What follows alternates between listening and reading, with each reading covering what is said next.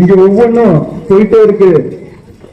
நம்மளுடைய வக்ஃபு சொத்துக்கள் பள்ளிவாசல்களாகட்டும் தர்காக்களாகட்டும் அதெல்லாம் எடுத்துட்டு போயிட்டே இருக்காங்க. இன்னும் இஸ்லாமியர்களுக்கு உண்டான அனைத்து சட்ட திட்டங்களும் சரி, அவருக்கு உண்டான சலுகைகள் அனைத்துமே இன்னைக்கு பறிக்கப்பட்டுட்டே இருக்கு. ஆனா இதற்கெல்லாம் காரணம் இந்த இந்திய தேசத்துல இந்த ஜனநாயகம் காக்கப்படும்னா இந்த இந்திய தேசத்தினுடைய மக்கள் நாம் நல்ல தலைவர்களை தேர்ந்தெடுக்க வேணுமா? ஒவ்வொரு முறையும் வலியுறுத்தி சொல்லிட்டே இருக்காங்க.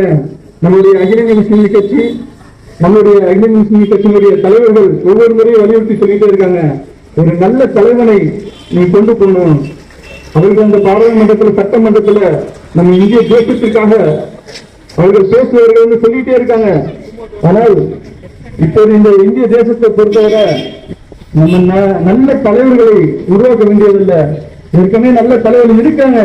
அவங்க ஒவ்வொரு முறையும் சொல்லிட்டே இருக்காங்க மக்கள் மத்தியில உருவாக்க வேண்டிய நல்ல